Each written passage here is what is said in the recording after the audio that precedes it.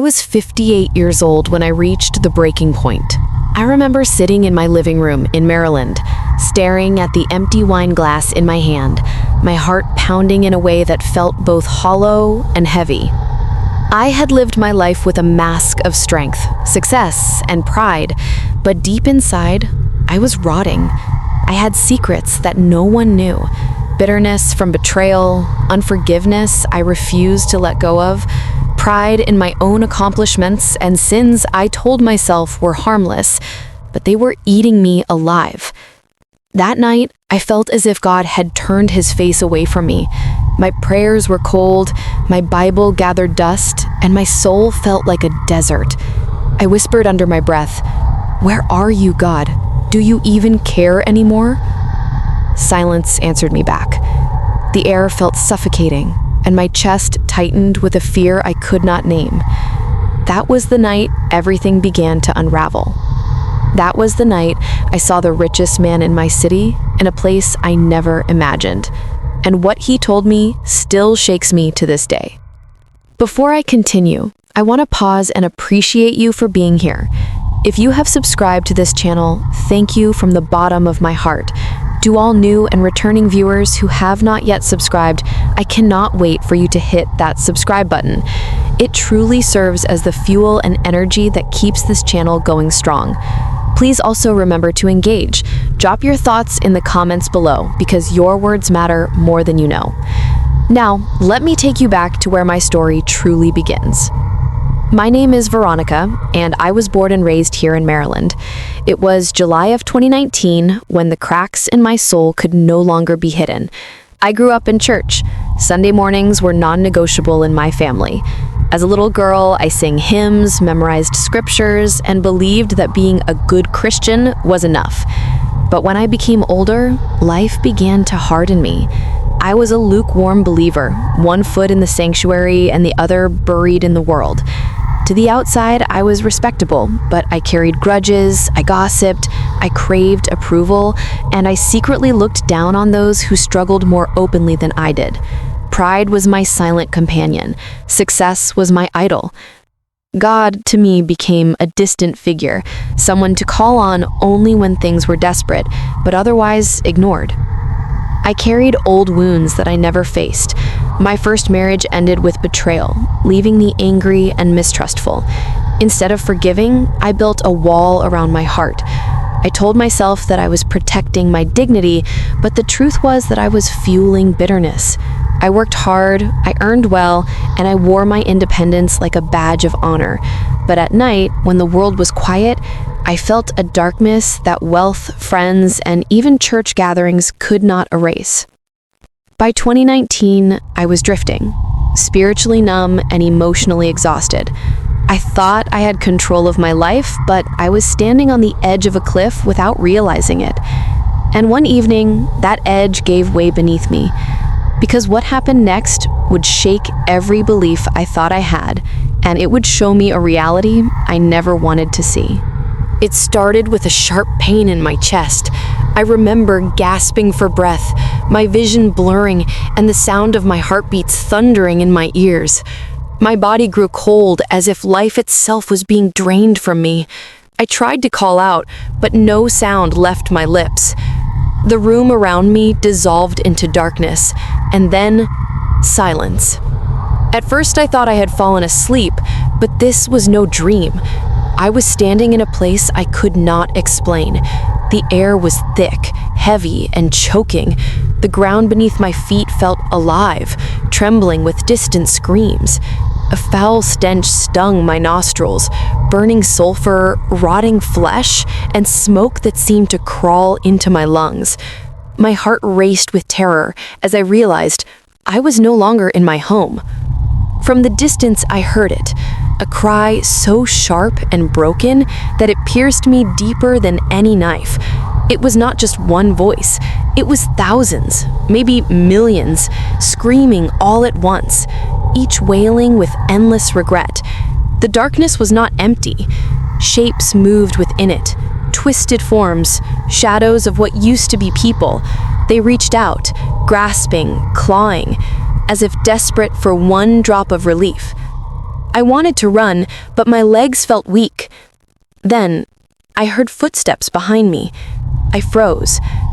Slowly, I turned, and what I saw made my blood run cold. It was him, the richest man in my city. Everyone knew him. He had mansions, businesses, and power. His name was whispered with respect and envy. I had often looked at his life and thought, if only I had half of what he does. But here he was, his face twisted in torment, his eyes burning with agony. His once expensive suit was in tatters, and flames licked at his skin without consuming it. Veronica. His voice was hoarse, trembling. Do not end up here. I had everything this world could offer, but none of it could buy me 1 second of peace in this place. He lifted his hands, chains clattering as he tried to cover his face. We believed lies. We thought wealth meant blessing. We thought influence meant favor, but all it gave me was pride, and pride brought me here. I wanted to speak, but my throat closed. Fear gripped me tighter than ever.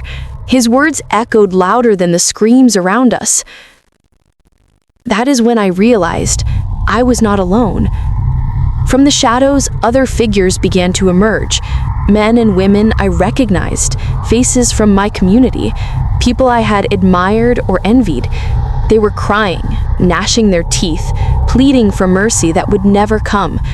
Demons with grotesque wings circled them, laughing, mocking, and dragging them deeper into pits of fire. The heat was unbearable, yet the coldness of despair cut through me like ice. I tried to back away, but the ground shook violently. A crack opened beneath my feet, and flames roared upward. I screamed, thinking I would fall forever. My body trembled, my soul felt naked, and every sin I had buried came rushing back to my memory. Every lie, every grudge, every moment of pride. I knew I deserved to be there. But then, I heard a voice. Soft yet thunderous, gentle yet commanding. It spoke my name, Veronica. The sound was like light cutting through the darkness, a hope I could not explain. My knees buckled as I turned toward it, desperate, clinging to that voice with everything left in me. The moment that voice called my name, everything around me shifted. The screams, the flames, even the mocking demons froze as if silenced by a power far greater than them. A light broke through the suffocating darkness, so pure and radiant that it hurt my eyes. Yet I could not look away. It was not the kind of light you see with your eyes, it was the kind of light you feel with your soul. Veronica, the voice said again, this time closer, firmer, filled with authority and love. Your time is not yet, but listen carefully. Go back, warn them, tell them that eternity is real. I fell to my knees, trembling, my hands shaking uncontrollably. I could still hear the cries of the richest man in my city echoing behind me, his words clawing into my mind. We thought wealth meant blessing. We thought influence meant favor. Now the voice of God was telling me to take what I had seen and carry it back into the world of the living. I begged, my voice breaking, Lord, why me? I am not worthy. I have lived in pride. I have ignored you. I do not deserve mercy. And then I felt it, a rush like waves of love crashing into me, melting the chains of guilt I had carried for decades. The voice replied, my mercy is not earned. It is given, but time is short. Choose this day whom you will serve. In an instant, I was lifted. My body felt weightless, as if being pulled upward, away from the flames, away from the screams, away from the shadows that clawed for me. And then, just like that, I opened my eyes. I was back in my living room in Maryland, gasping for air, clutching my chest. Sweat drenched me, my body ached, but I was alive. I wept uncontrollably, my tears falling onto the floor as I whispered, "Thank you, God. Thank you for another chance." From that day on, my life changed completely. The bitterness I once carried lost its grip on me. I reached out to people I had not spoken to in years, asking for forgiveness, mending broken ties. I sold off things I once idolized because I could no longer hold on to treasures that meant nothing in the face of eternity. I began to hunger for God's presence in a way I had never known. The Bible became alive, not just a book, but a lamp to my path. Prayer became the breath I could not live without. I no longer cared about appearing strong in front of others. I wanted to live surrendered, humble, and ready. Wealth no longer dazzles me. Success no longer defines me. Now, I see souls, broken, desperate souls, just like the ones I saw in that place.